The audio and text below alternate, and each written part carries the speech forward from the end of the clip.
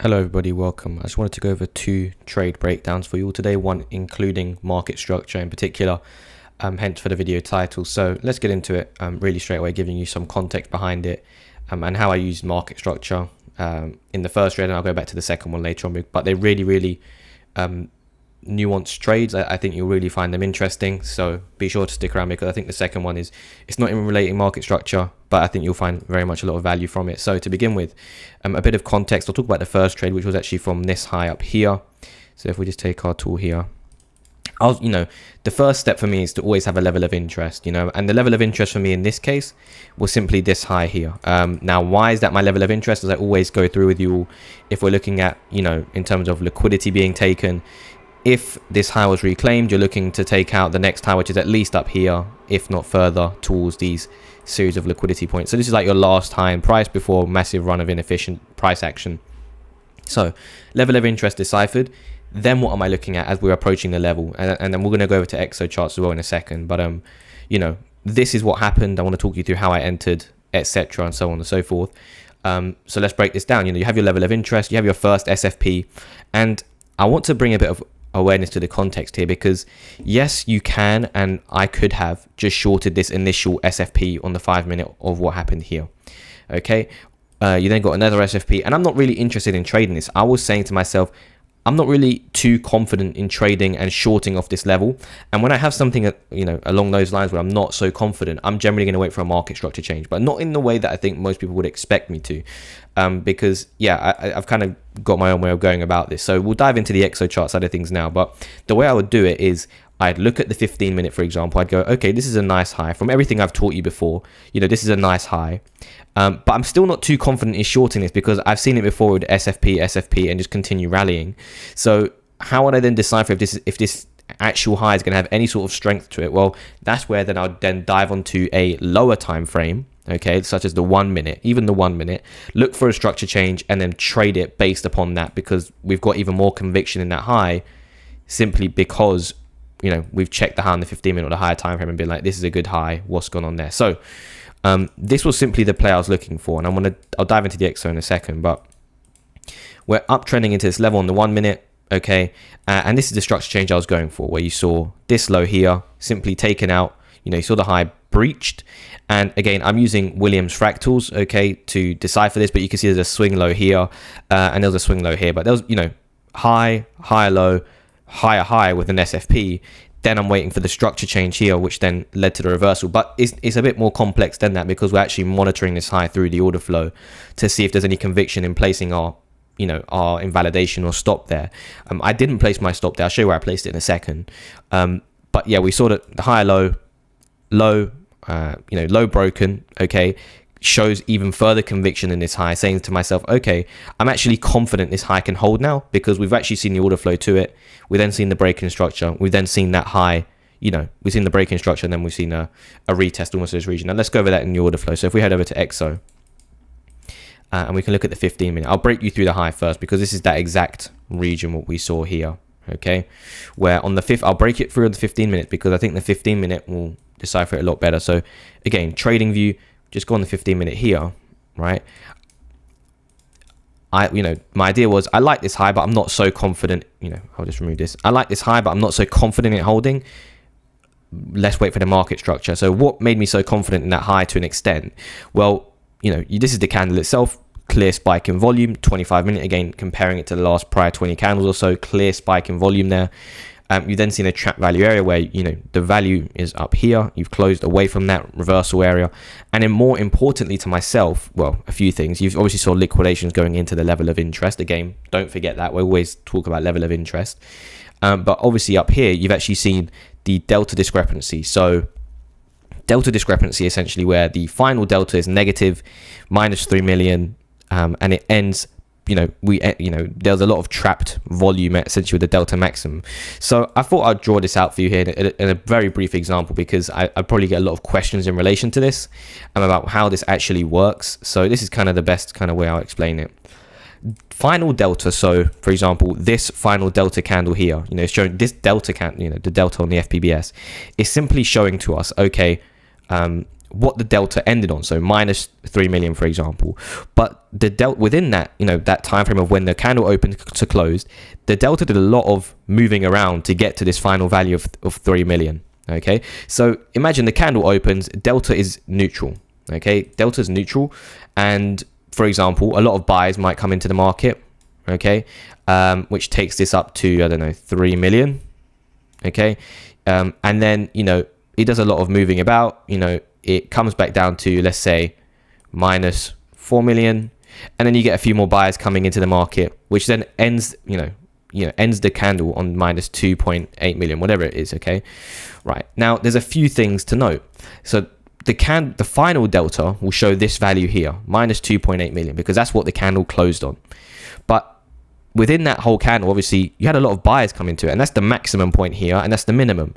So minus 4 million is the delta minimum, delta maximum is 3 million, and this is just the final delta. So if you're just looking at here, the final delta is minus 2.9 million, the delta maximum is 3.8 million, and the delta minimum is 2.9 million. So these two values actually match up.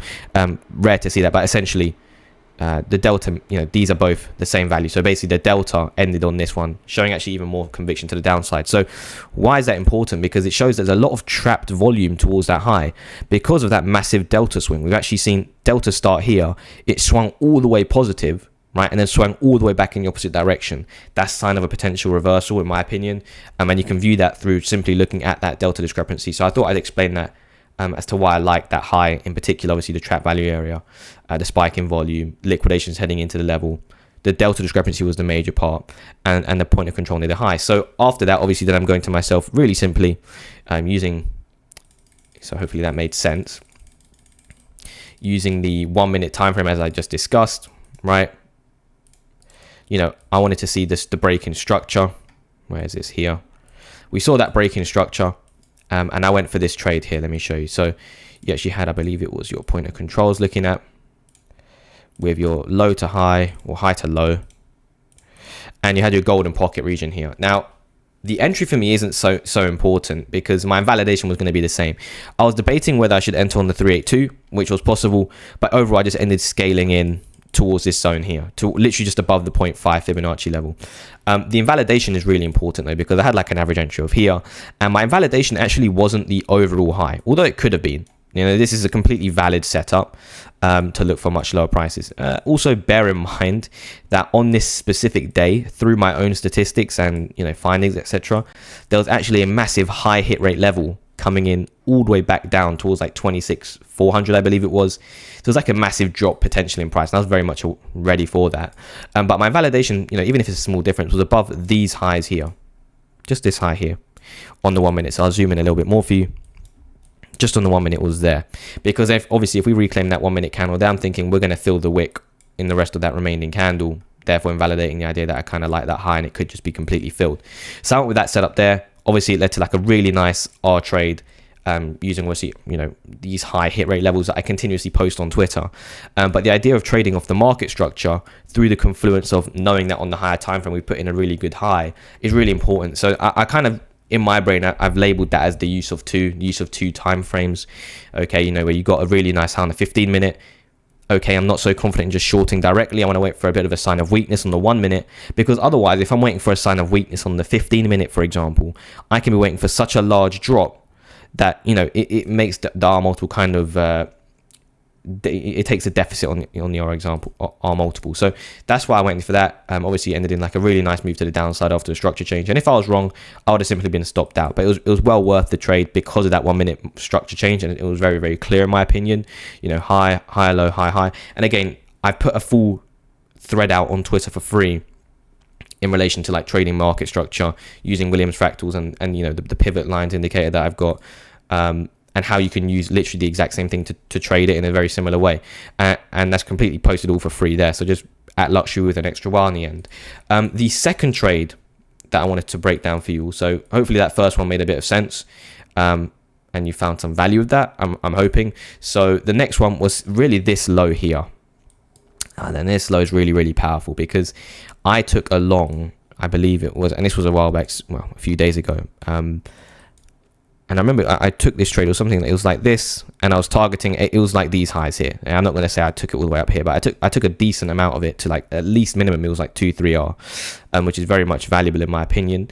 And why did I take this low? Because obviously on Bybit, on all derivatives, you know, you kind of got this situation where it front run the low, and I'm thinking, well, how did I get in? And that's through just simply looking at Coinbase. Now, Coinbase for me, I've even still got it marked out there, is really, really powerful for simply looking at high, you know, the highs and lows, what's taken, where's resting liquidity, in order to decipher, you know, where price can be heading. Because Coinbase kind of has like almost leading liquidity in that sense. And even like right now, I can kind of view that you've got these resting lows here on Coinbase. I'd expect those to be taken in a similar fashion that you had these here, which then got taken. Anyway, back to the trade itself. We took the low on Coinbase, which is great. We didn't take it on derivatives. But why did I know that was the low and it wasn't just going to plummet lower? Well, a few things. First of all, you had a volume spike. Second of all, which was in my opinion the most important, was it came in at a pivot time. 1:20 UK time in the afternoon, so 1:20 p.m. UK time, which is 12:20 UTC. Note this time down in your diaries or plan or whatever it may be. It's such an important level or time for me to be looking for potential pivots in the market. Okay, it's extremely, extremely powerful.